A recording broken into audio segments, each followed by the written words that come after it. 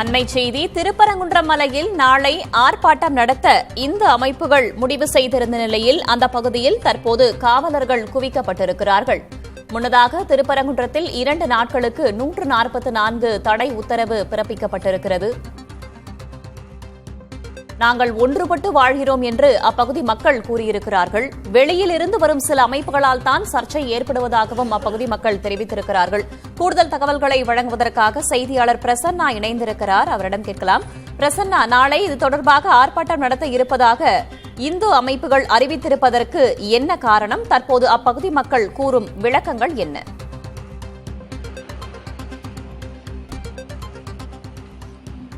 வேதவள்ளி, திருப்பரங்குன்றத்தில் நாளை இந்து அமைப்பினர் போராட்டம் நடத்த இருந்த நிலையில் மாவட்ட நிர்வாகம் அதுக்கு முற்றிலும் அனுமதி மறுத்திருக்கிறது. மேலும் 144 தடை உத்தரவு பிறப்பித்திருக்கிறது. இதனால் இந்த திருப்பரங்குன்றம் மலையை சுற்றியும் போலீசார் பாதுகாப்பு பணிகளில் ஈடுபடுத்தப்பட்டு வருகிறார்கள். மதுரை பல்வேறு வரலாற்று சிறப்புகளை கொண்டது.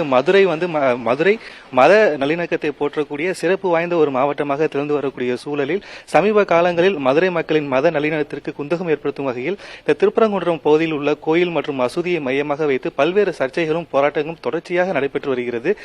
தொடர்ந்து இந்த பிரச்சனை நீக்குமானால் மத நல்லிணக்கத்திற்கு மாநகரமாக திகழும் மதுரையில் மத கலவரம் ஏற்படக்கூடிய அபாயம் இருப்பதாக மாவட்ட நிர்வாகம் தற்பொழுது இன்றும் நாளை 144 தடை உத்தரவு பிறப்பிக்கப்பட்டிருக்கிறது.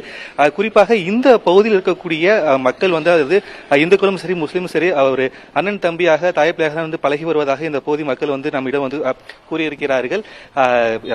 எந்த மதத்தையும் புண்படுத்தாமல் முறையாகவும் அமைதியாகவும் வழிபாடு செய்வதற்கு மக்கள் மதுரை மாவட்ட நிர்வாகம் உரிய நடவடிக்கைகளை காலதாமதமின்றி கொண்டு. ஒருபுறம் 144 தடை உத்தரவு போடப்பட்டிருக்கிறது, மறுபுறம் நாங்கள் ஆர்ப்பாட்டம் நடத்த போகிறோம் என்று இந்து அமைப்புகள் அறிவித்திருக்கிறார்கள். இப்படியான சூழல்ல திருப்பரங்குன்றம் பகுதி மக்கள், அங்கு வாழ்கின்ற மக்கள் என்ன சொல்கிறார்கள் பார்க்கலாம். 25 வருஷமா பண்ணோம். 25 வருஷமா, ஒரு வருஷம் இல்ல, 25 வருஷம். ஒரு வருஷம் செய்ய செய்ய செய்ய செய்ய எங்களுக்கு ரிஜெக்ட் கொடுத்துட்டே இருந்தார். சிக்கந்தர் பாதுஷா ரிஜெக்ட் கொடுத்துட்டே இருந்தார். ஒரு குறையும் இல்லை. எங்க குடும்பம் பூரா நல்லா இருக்கு. வீடு வாசல் வாங்கி 6 கடை உண்டாக்கியிருக்கு. 6 கடை உண்டாக்கியிருக்கு. வீடு வாசல் வாங்கி எல்லாம் பேரம் பேத்தி எல்லாம் பார்த்தாச்சு. இப்பதான் என்னமோ புதுசா இப்ப சட்டம் உண்டாக்குறாங்க. ஏன்னா சுண்ணத்து பண்ண பிள்ளைய சுண்ணத்து கல்யாணம் பண்ணுறப்ப இங்கே தான் சரியா. மலையில பல வருஷமா கந்தி நடந்தது. நானே சுமையில் ஏற்றி பேசி விட்டுருக்கேன். நானும் போயிருக்கேன். எங்க மச்சான் மேல அஜர்த்தா இருக்காரு. 50 வருஷமா இருக்காரு. நீங்க நேரத்தில் 50-60 வருஷமா இருக்காரு. எந்த தடையும் கிடையாது. இங்க உள்ள நாங்க கூட அவவா சுமக்க மாட்டோம்.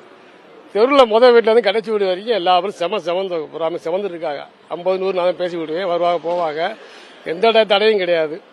தச்சீரா 6 மணிக்கு மேலைக்கு போகக்கூடாதுன்னு சொல்லி ஆரம்பிச்சாங்க. சரி, அதுக்கு ஒன்றும் முடிஞ்சு அசால்ட்டை விட்டான். இப்போ திடீர்னு மலையை கந்திரி பண்ணக்கூடாதுன்றாங்க. என்ன காரணம் கேட்டால் காவல்துறை பதில் சொல்ல மாட்டேன்றாங்க. ஆதாரம் கார்டியா தெரியாது சொல்ல மாட்டேன்றாங்க. சொல்லுங்க, நாங்கள் விலைக்கு போகிறோம்னா கேட்க மாட்டேன்றாங்க. எப்பவும் போல அவங்க வாட்டுக்கு போக வேண்டியது வர வேண்டியது. நாங்கள் எப்பவும் போல எங்கள் கோயிலுக்கு போயிட்டு சாமி கும்பிட்டு வர்றதே நல்லதாக இருக்கும். எப்போவுமே அந்த காலத்துல இந்த காலத்தில் வரைக்கும் நாங்கள் ஜாதி மதம் பார்க்காமத்தான் ஒற்றுமையாக தான் வாழ்ந்துக்கிட்டு இருக்கோம். இன்னமும் அப்படித்தான் வாழணும்னு விரும்புகிறோம். அதே நேரத்தில் இந்த மாதிரி பிரச்சனையை சுகமாக இரு தரப்பினரும் பேசி முடித்துக் கொள்வது நல்லதாக தெரியும். இது வேண்டாத பிரச்சனையாக நினைக்கிறேன். எல்லாரும் சந்தோஷமா இருக்கிறப்ப இதுல இப்ப கஷ்டமா இருக்கு.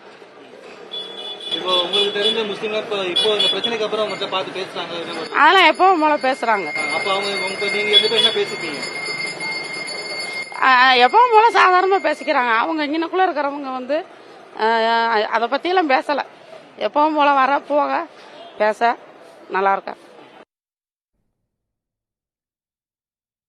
பிரசன்னா, மக்கள் பேசினதை கேட்டோம். இது தேவையில்லாத பிரச்சனை, நாங்கள்லாம் ஒத்துமையா தான் இருக்கோம் அப்படின்னு சொல்றாங்க. நீங்க களத்துல இருக்கீங்க, அங்க இருக்கக்கூடிய மக்கள் அப்படிதான் உணர்றாங்களா? குறிப்பாக காவலர்கள் இந்த விஷயத்தை எப்படி அணுகுறாங்க?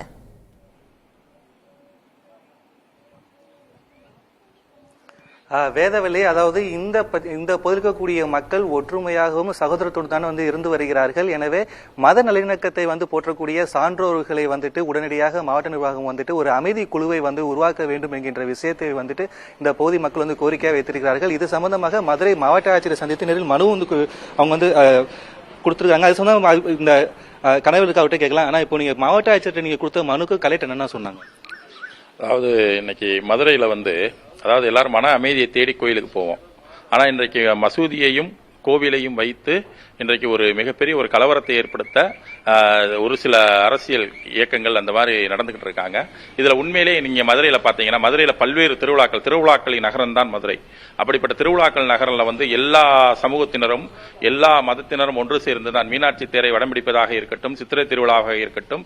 சித்திரை திருவிழா வண்டியூர்ல எல்லாம் இஸ்லாம் சமுதாய மக்கள் சித்திரை திருவிழாவை அவ்வளவு கோலாகலமாக கொண்டாடுவார்கள். இங்கு இந்து சமுதாயத்தை சார்ந்தவர்களாக இருந்தாலும் சரி, இஸ்லாமிய சமூகத்தை சார்ந்தவர்களாக இருந்தாலும் அண்ணன் தம்பியாக மாமன் மச்சான்களாக ஒரு வீட்டு பிள்ளைகளாகத்தான் இங்கு வாழ்ந்து வளர்ந்து வந்து இருக்கின்றோம். இந்த திருப்பரங்குன்றத்தை பார்த்து சின்ன பிள்ளையிலிருந்து நானும் திருப்பரங்குன்றத்தை பார்த்திருக்கேன். அந்த மசூதி இருந்திருக்கு, எல்லாமே இருந்திருக்கு. ஆனா இன்னைக்கு வந்து இந்த பிரச்சனை திடீர்னு எதுக்காக உருவானது அப்படின்றத பார்த்தோம்னா இதுல எல்லாமே அரசியல் தான் இருக்கு. இந்த பகுதி மக்கள் வந்து இதெல்லாம் விரும்பல. அது இந்துக்களாக இருந்தாலும் சரி, இஸ்லாமிய மக்களாக இருந்தாலும் சரி, இந்த மாதிரி ஒரு விரும்பத்தகாத நிகழ்வுகளை மக்கள் விரும்பவில்லை. எனவே இது சம்பந்தமாக அரசு உடனடியாக சான்றோர்கள் அமைந்த ஒரு அமைதி குழுவை ஏற்படுத்தி இதற்கு நிரந்தர தீர்வு காண வேண்டும் என்பது எங்களை போன்ற ஆன்மீக நாட்டம் கொண்ட இந்த பகுதியை சார்ந்த மக்களுடைய மிகப்பெரிய கோரிக்கையாக இருக்கிறது. மக்களுடைய மனநிலை வந்துட்டு இந்த பகுதியில் ஒரு அமைதி வந்து வர வேண்டும் என்கிற விஷயத்தில் தான் தீர்க்கமா இருக்கிறார்கள். வேதவள்ளி, 144 தடை உத்தரவு, ஆர்ப்பாட்டம் அறிவிப்பு போன்ற விஷயங்களுக்கு மத்தியில் நாங்கள் ஒற்றுமையாகத்தான் இருக்கிறோம் என்று அப்பகுதி மக்கள் கூறியிருக்கிறார்கள். தகவல்களுக்கும் கலந்துரையாடியமைக்கும் நன்றி பிரசன்னா.